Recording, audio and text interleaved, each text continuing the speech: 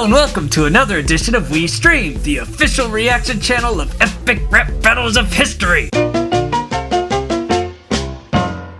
Today, we're going to be checking out Bob Ross versus Pablo Picasso.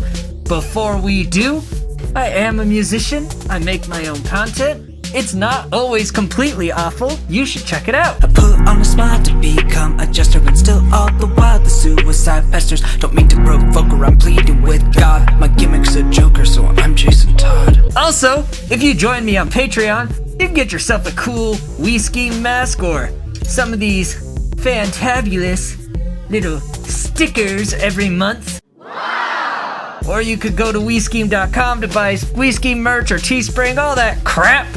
And that's the plug. So, Bob Ross versus Pablo Picasso. This should be an interesting one. Studied a little bit of art history in college, so I should enjoy this. I think I have a good background on all the subject material. I'm sure I saw this battle at some point. Doesn't mean I remember anything, because I'm old and that's what happens. So let's go!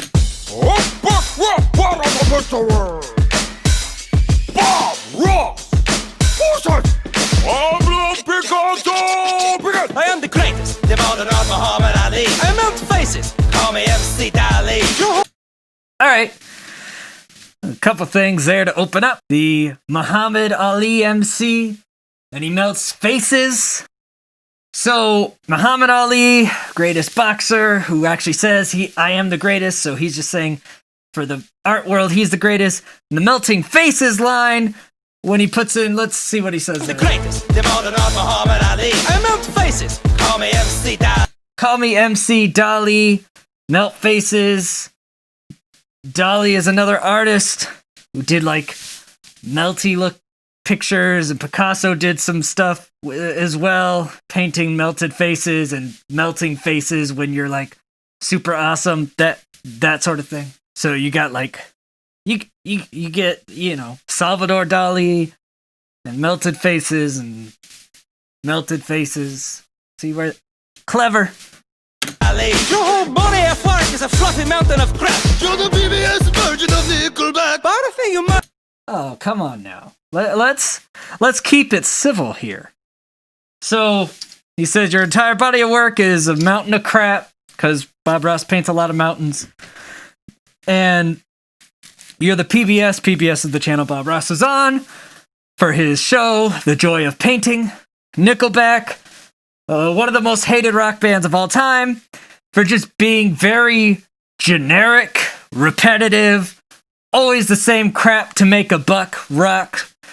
So he's just basically saying you just make generic, the same crap painting over and over and over again. Difference is, though, Bob Ross is loved by all who are sane, and Nickelback is hated by all who are sane. So that's a difference. At work is a fluffy mountain of crap. You're the PBS version of Nickelback. But I think you must be a genius, cause with zero training you made millions teaching people how to suck at painting. Why don't you go back? Okay.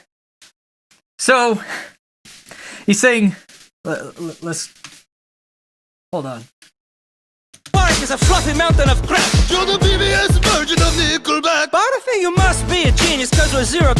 So he's saying you must be a genius, like an artistic genius or a mastermind genius, is how you would usually take that. But he says, but with zero training, You made millions teaching you made millions teaching people. Oh, he's painting a little middle finger back there. people how to suck at painting. So he's basically saying, you know what? You are a genius because you built an empire on terrible painting.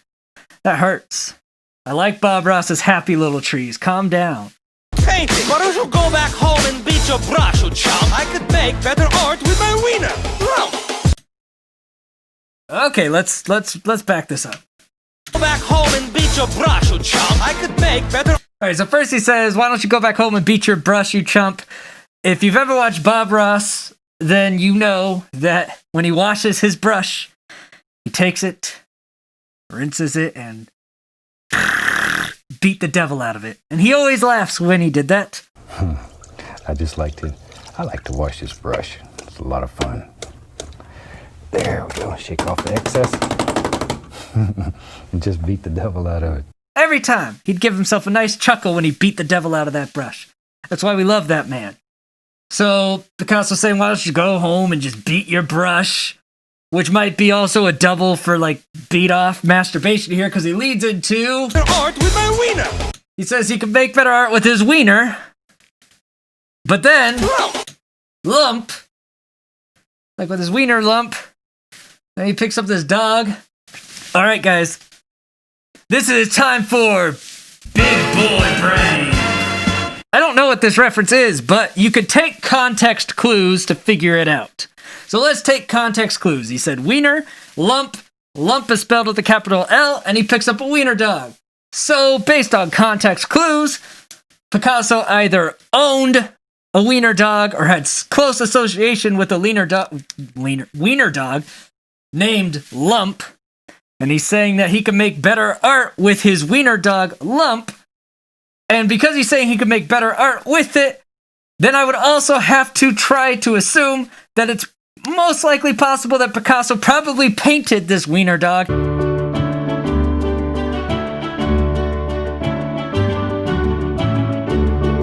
Now, I could be completely wrong on what I just said, but I think that's what that bar meant just by context clues.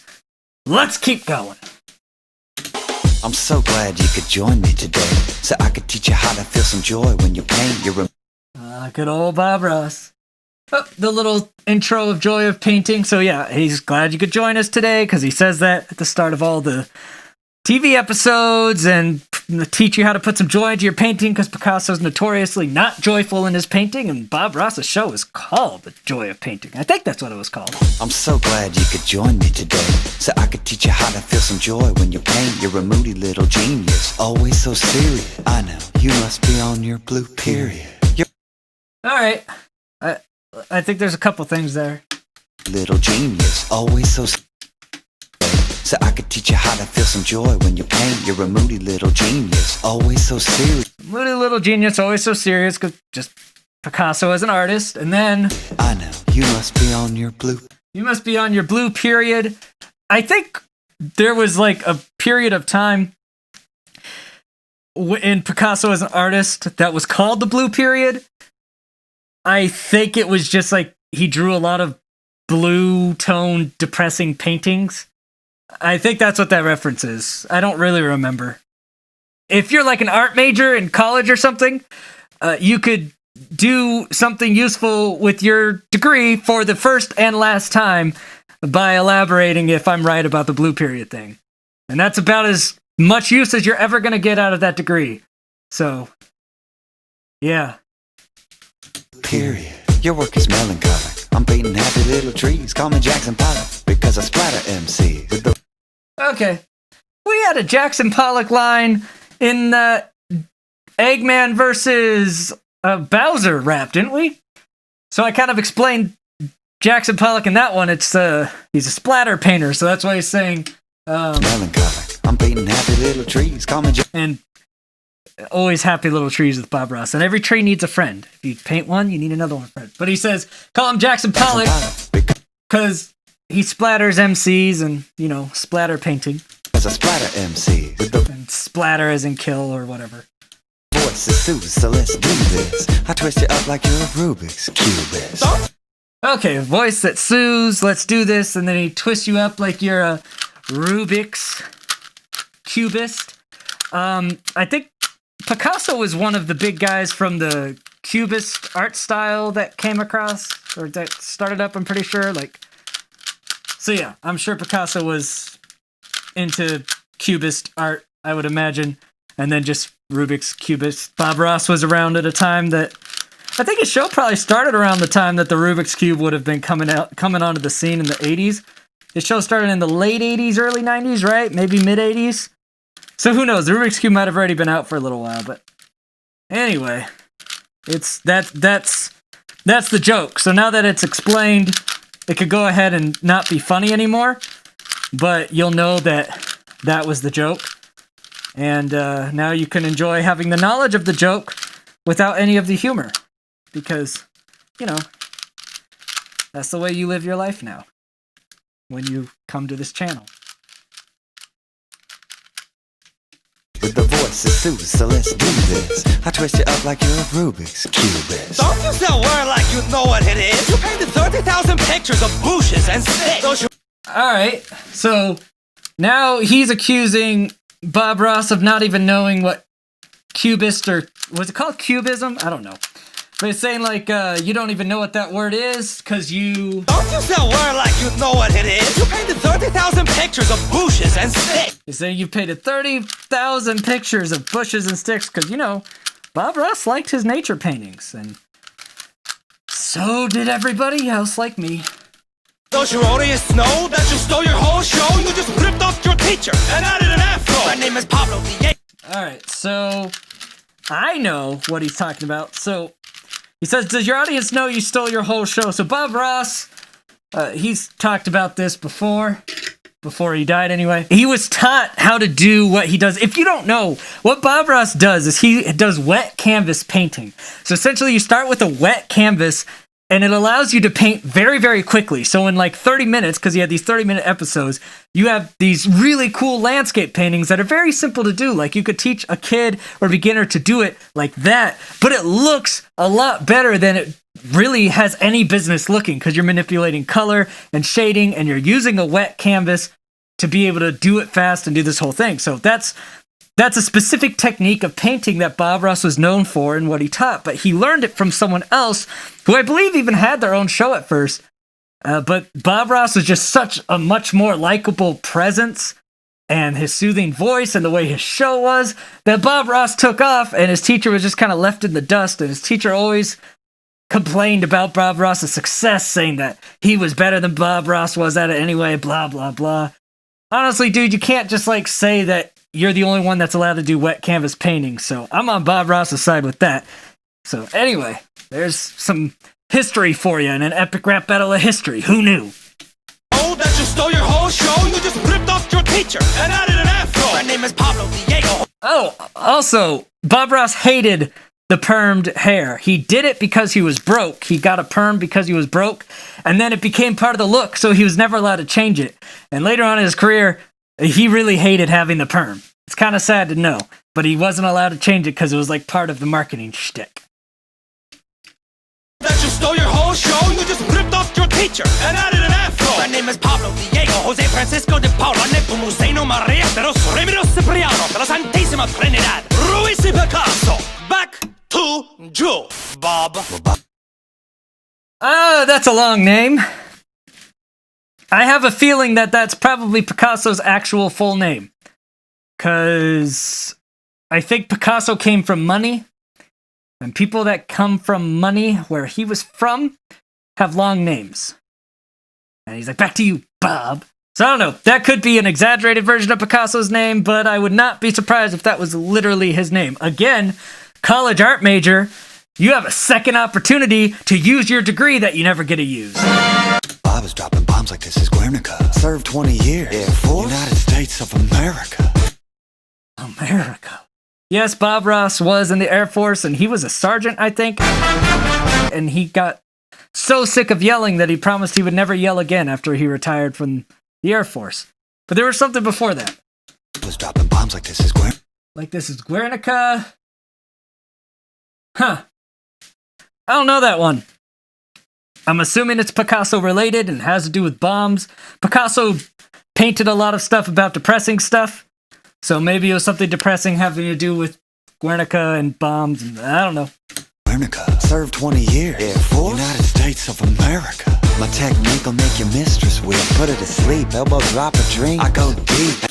Okay, that was actually a lot. And those... hold on. My technique will make you... So technique, he's talking about the wet canvas painting, but then he's saying make your mistress weep. So because Picasso had mistress paintings that I think she was known as the weeping mistress, but you could also use that as a play on the fact that wet canvases, so when you weep, you get wet. There's a lot that could be packed into that. Mistress weep, put her to sleep. I don't know, put her to sleep, I don't know if that's significant. Probably is, considering how packed that last line was. But then elbow drop her dreams. Again, I know there's something there, and it's got to be very specific. I caught the first half, but I could just tell this is one of those bars that has a lot more to it. And when I'm done, I'm going to look it up and be curious to find what it is. And I'm sure you guys will comment about it too. You art majors you're getting your degrees worth today. That, $200,000 is well spent when you could show people up in the comment section on YouTube on a channel with a masked dude. You made the right choice. Elbow drop a drink, I go deep, and I keep it mellow like some cadmium yellow. I'm a bright like titanium white. I gotta let him do that. Go deep, and I keep it mellow like some cadmium yellow. I'm a bright like titanium white kind of fella. Don't. Bob Ross always talked about the specific names of the paints that he would use for any given segment. So he's just doing that right there. Let's use some titanium white was one he used a lot, and titanium white's a bright color, and the yellow. So yeah. Don't believe in mistakes unless you step to me. Yo, Pablo, you just got your happy little ass beat. Ah. So he says, "Don't believe in mistakes unless you step to me. You just got your ass beat." Yeah, Bob Ross says there's no mistakes, just happy little accidents. He's like, but Pablo, you made a mistake by stepping to me. Oof. Who won? Who's there? You decide! Battle the